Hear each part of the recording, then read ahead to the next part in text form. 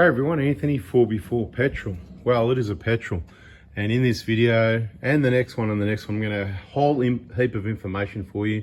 Just starting to do some work on this one. These current jobs are going to be new pads and rotors. We've got the pads and rotors there from lsiauto.com.au. Don't forget that discount code. What's it called? What was it again? FOUR 4B4-2024. That'll still work.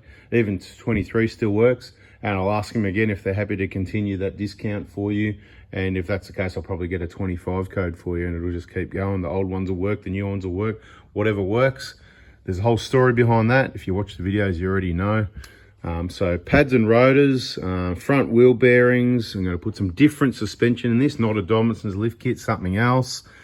Just to change it a little bit. This is more of a, it's not really a off-roader, it's going to be more of a tow vehicle. Just cruise around, check it out, see how we like the V6. Worked on plenty many years ago. Now we're just going to see what it's like to own one and drive one, and it's going to be including a whole heap of bonus information to save you money. For example, these covers here, they are purely aesthetic. It's just to make it look good, so you're not look at engine parts. When you turn full lock, mud, dirt and debris don't go sideways into there or into there on the diesels or the petrols. So you don't need to waste your money buying genuine ones of these, or making them up, or getting cheap ones, or doing it again, whatever you like. This is what I'm going to get the scissors. I'm going to cut that nice and neat straight there. I'm going to leave that piece there because there's a few clips holding it. I'm going to take these clips out and keep those for spares, get rid of that rubbish there like that. This one here is broken. You know what? What's in here? No, it's not like a diesel where it's going to help to change the alternator, where I just get rid of that and it opens it up. It's better for cleaning, it's better for inspection, it's better for working on the vehicle. Literally, of course, it's not going to look as good, but who's down there really having a look through there? Whatever, right? We've got a bit of play in these wheel bearings. Might also paint the wheels black, so I can't fit it all in one video. It's going to be a bunch of videos, so subscribe, turn the bell on if you don't want to miss it. And of course, there's more information in our playlists on our YouTube channel, 4x4 Diesel, e.g. suspension information is one playlist. Brakes, I'm sure there'll be a playlist. Wheels and tyres, there'll be a playlist. And of course, all these little bits and pieces, they're not in playlists. They're just throughout lots of videos. So if you don't want to miss it and you don't want to get further behind, subscribe, turn the bell on. All right, first thing I'm going to do, rip these wheels off. So wheels are off, things do look a bit different, don't they? What are we going to do first? Brakes, rotors, what? We've got a few things going on here. Okay, they've damaged the cap. You can see that's going to get water in there. When did they do that? Again, the aftermarket mechanics using the aftermarket parts. They've put some aftermarket drive shafts and control arms. We're going to roll with those and see how they go. But of course, we know genuine is best, stronger, and will last longer. It even rhymes. I'm like a poet and I didn't even know it. Genuine is stronger and it will last longer. Anyway, as you can see, pads are very low, which is why we're straight onto it. No mucking around, yeah? Looks like all the original rotors, or not original pads necessarily, but you never know, I doubt it. Everything else looks very original suspension, so we've got something else to go in there that's nice and near new. Top of those bushes are starting to go a little bit of suspension info here.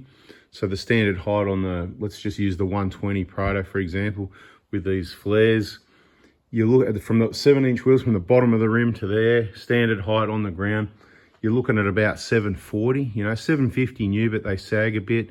But then V6, so things vary. V6 is a bit lighter, so they can sit a bit higher, but then they'll have different springs slightly, which more later in the videos as to what we're putting there and why and how it's going to work out.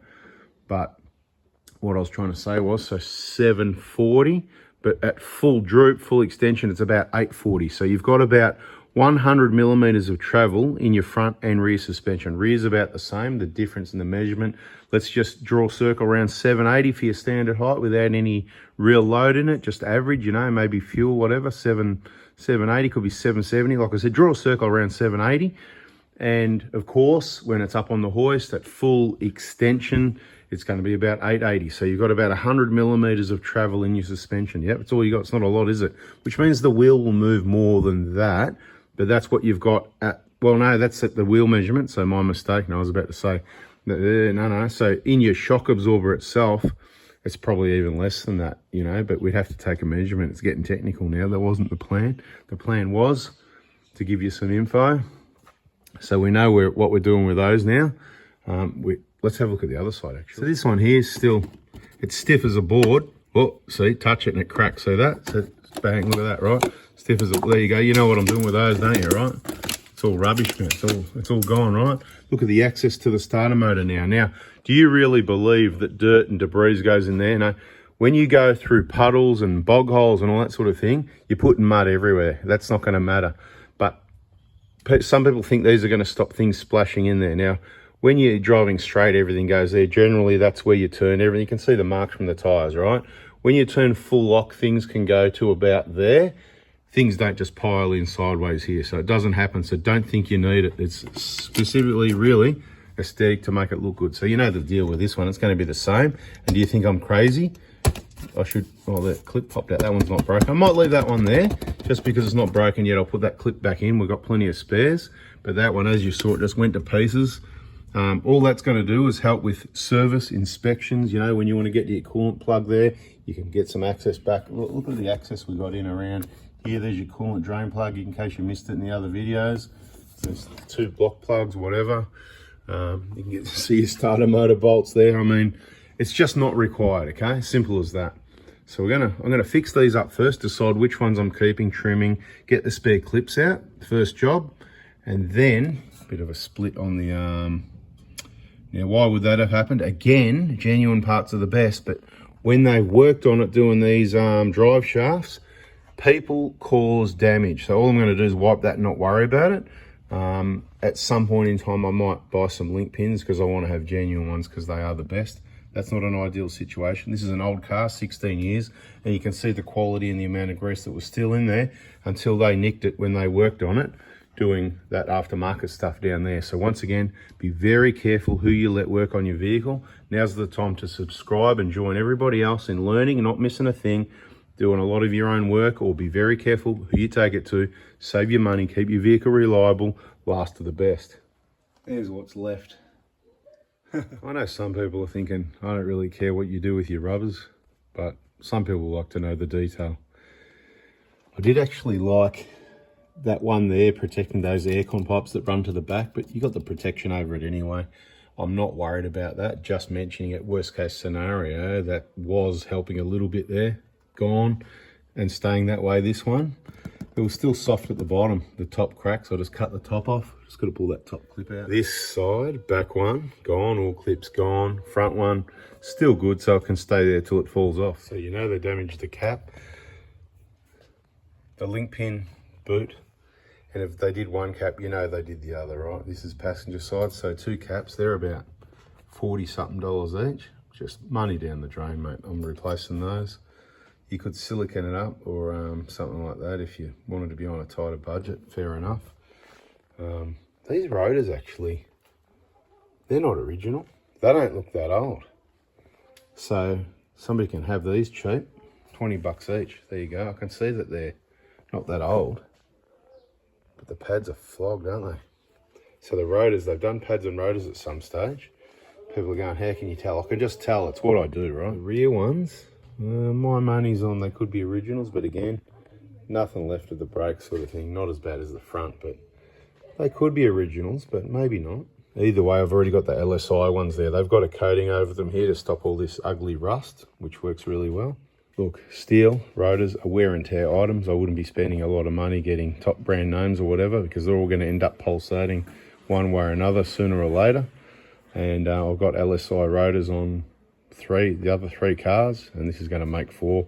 No issues. I use the genuine pads, also available from their website, cheaper than your Toyota dealer. So we're doing a few jobs in one. So I'm going to give you the next steps of what I'm going to do, and then we'll wrap this up. So I'm going to take the sway bar off. So that means the 17mm nut here at both sides. Oh, good, this side's not damaged.